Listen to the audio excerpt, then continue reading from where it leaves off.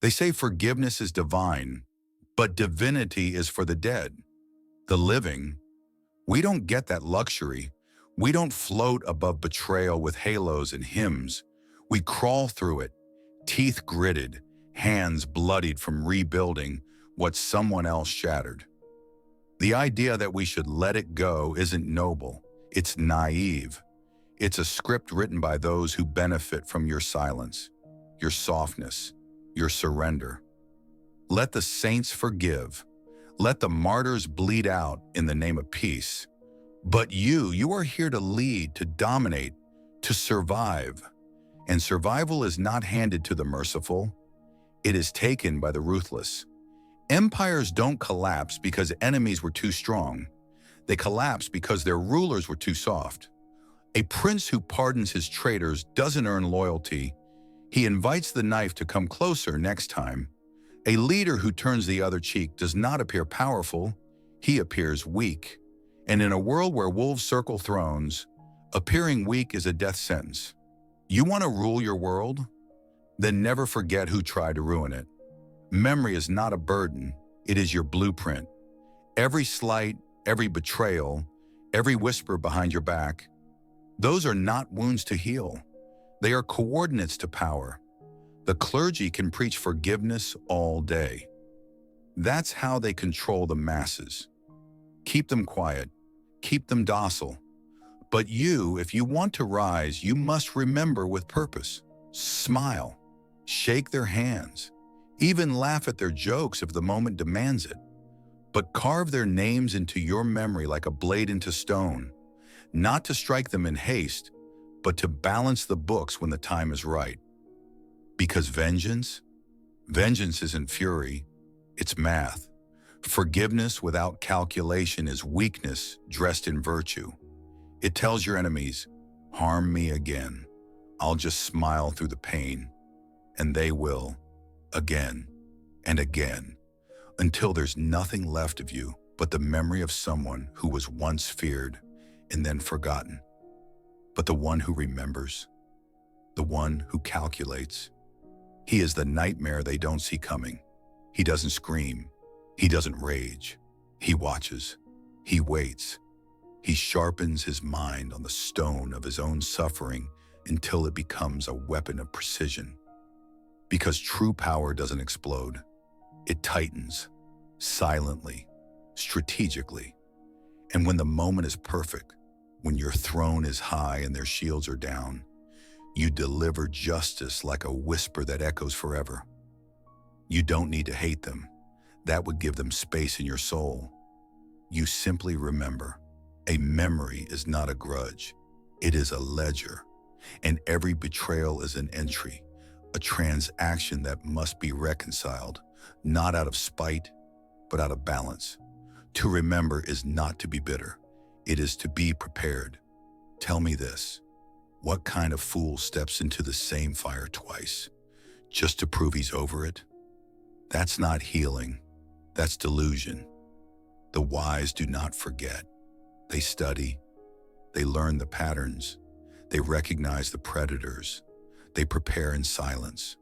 They do not post their pain online, begging for comfort. They forge it into armor. You think a lion forgives the hunter? Number he learns the scent, the sound of the arrow's release, and next time, he's not the prey, he's the storm. Forgiveness removes your teeth, and a leader without teeth is a king in name only. So let them say you're cold. Let them call you cruel. That's just guilt trying to rewrite history. You don't need their approval. You need their fear. Be unforgettable. Because when people fear your memory, they behave better. They know the cost of crossing you. Not every betrayal needs punishment, but every betrayal deserves remembrance. You are not being vengeful when you walk away without a word. You're being efficient. In politics, in power, in life, your silence should speak louder than any speech. Let them feel the void. Let them drown in the echo of your absence. Your calm is not kindness, it's clarity. Because once you understand someone's capacity to hurt you, and you still let them close, That's not forgiveness. That's negligence.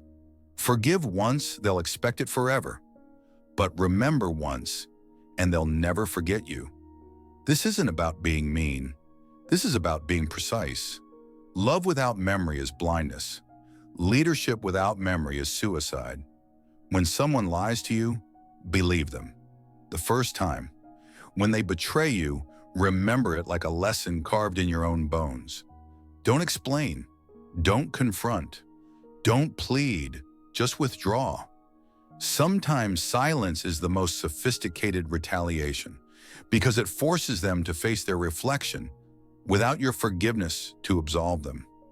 You want to know why they keep hurting you? Because they don't believe you'll remember. They think your mercy is endless. They think your boundaries are negotiable. Every time you say, "It's okay," when it wasn't, they learn something. They learn that your limits are suggestions. But when you start keeping score, not out of malice but out of method, they notice. The energy shifts, the room changes. Suddenly your presence feels dangerous. And that right there, that is your advantage. Forgiveness is not strength. It's self-abandonment in a noble disguise. They don't need your mercy. They need to earn your respect. And respect is not handed out like pamphlets. It is earned by navigating the razor edge of your standards. So let them tremble when you go quiet. Let your boundaries sting more than your words ever could. You do not exist to make others comfortable. You exist to make them reconsider crossing you twice. And if that makes you the villain in their version of events, so be it. Villains don't lose sleep. They build empires. You see, people rarely change. They just get better at hiding who they are. But memory cuts through performance. It reminds you of what's real. They'll say you're heartless for not giving second chances. But second chances are just new battlegrounds for the same war. This time, you're unarmed. Your strength doesn't lie in how much you can take. It lies in how well you calculate what you allow. You don't need to explain your silence. You don't need to justify your boundaries. You are not cold. You are calibrated. You've studied the patterns. You've mapped the lies. You've learned the rhythm of betrayal like a war song you no longer dance to. Now you move differently, not out of fear, but out of control. And that, more than anything, makes people nervous. They'll test you again just to see if you really meant it when you walked away the first time. And when you don't flinch, when you don't engage, that's when they finally believe you. Because silence is not a pause, it's a verdict. And in that silence, you rise, not just above them, but above who you were when you let them near you. Revenge doesn't have to be loud. In fact, the most devastating kind is whispered through success, through doors they can no longer walk through moments they no longer get to witness. Let them stalk your profile. Let them sit in rooms that echo with your absence. Let them wonder who you've become. Let them ask themselves, was I the reason they changed? Yes. You don't need to confirm it. Your evolution is proof enough. Because the moment you stop needing closure is the moment you became closure. Let them call you guarded. Let them accuse you of being distant. You owe no one access to your peace, not the ones who tried to destroy it. There's no virtue in giving people more chances to prove their disloyalty. There's no wisdom in being the better person if it makes you the broken one. You can be polite. You can be graceful. But beneath that smile, your memory should be a fortress. Stone walls, locked doors, every name and every moment cataloged and sealed. You're not here to collect apologies. You're here to build an empire so high they choke on your dust.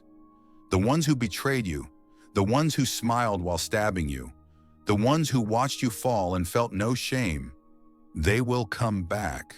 Not always with apologies, sometimes with jokes, with casual texts, with silence-breaking messages that pretend like nothing happened. Don't bite. They're not reaching out to heal. They're reaching out to test the lock on the door you finally closed. And the most powerful thing you can do is not open it. Let them feel the consequence of being remembered. Let them realize that your kindness had an expiration date, and they missed it. Forgiveness may feel good in the moment, but it will cost you clarity, time, energy, and sometimes even your future. Memory?